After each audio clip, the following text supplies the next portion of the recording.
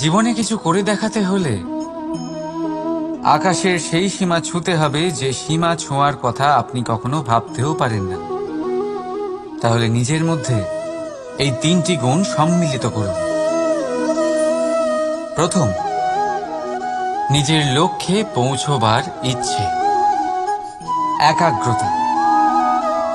এ আপনার দ্বারা এমন কাজ করাতে পারে যা আপনি কখনো করতে পারবেন না। দ্বিতীয়, সাহস, সমস্যার সমাধান করার ক্ষমতা। এটা আপনার দ্বারা তাই করাতে পারে যা আপনি সত্যিই করতে চান। আর তৃতীয় হলো অভিজ্ঞতা। অভিজ্ঞতা আপনাকে বলে দেবে আপনার কি করা উচিত আর কি নয়। তাহলে যিনি ইচ্ছে, সাহস আর অভিজ্ঞতা এই তিন গুণকে সম্মিলিত করতে পেরেছেন, তাদের জন্য সংসারে এমন কোনো কাজ নেই যা তারা করতে পারেন না। তারা সর্বদা প্রসন্ন হয়ে বলেন, রাধা রাধা। স্বপ্ন আর লক্ষ্য একই মনে হয়। এই দুইয়েরই কথা মানুষ কল্পনা করেন। এই দুই মানুষ অর্জন করতে চান। আর এই দুই পূর্ণ হলে মানুষ নিজেকে অত্যন্ত ভাগ্যবান বলে মনে করেন। কিন্তু এই দুইয়ের মধ্যে পার্থক্য আছে। পার্থক্য এই যে স্বপ্নের জন্য বিনা পরিশ্রমের ঘুম দরকার হয়, আর লক্ষ্যের জন্য বিনা ঘুমের পরিশ্রম। যে ব্যক্তি ঘুমের মধ্যে স্বপ্ন দেখতে থাকেন, জেগে ওঠার পর তার হাত খালি থেকে যায়। আর যে ব্যক্তি পরিশ্রম করেন, শয়নকালেও তার হাত তার লক্ষ্যেই থাকে।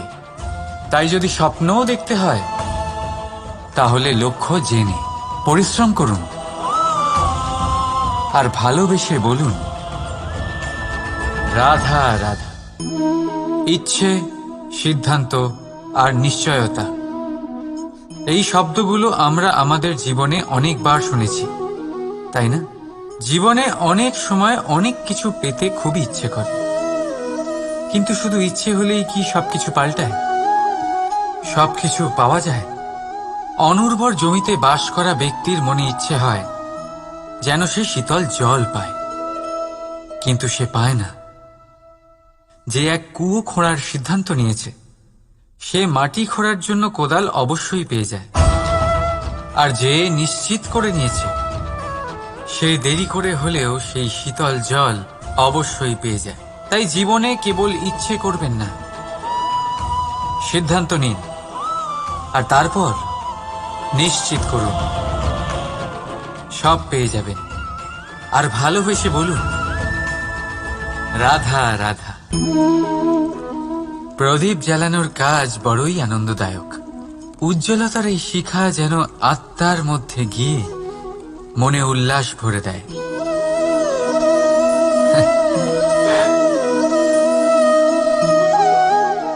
এ আমি কি করলাম?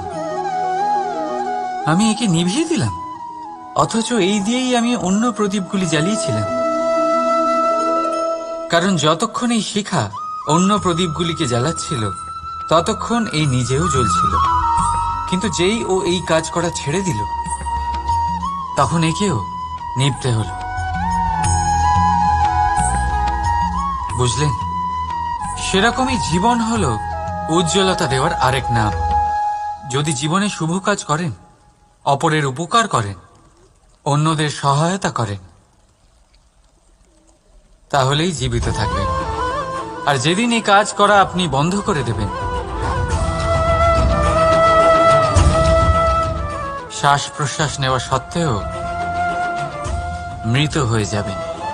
তাই যতক্ষণ শ্বাস চলছে, আশারূপী উজ্জ্বলতা ছড়াতে থাকুন। বিশ্বাস করুন, মৃত্যুর পরেও আপনি অমর থাকবেন। তাই ভালোবেসে বলুন, রাধা রাধা।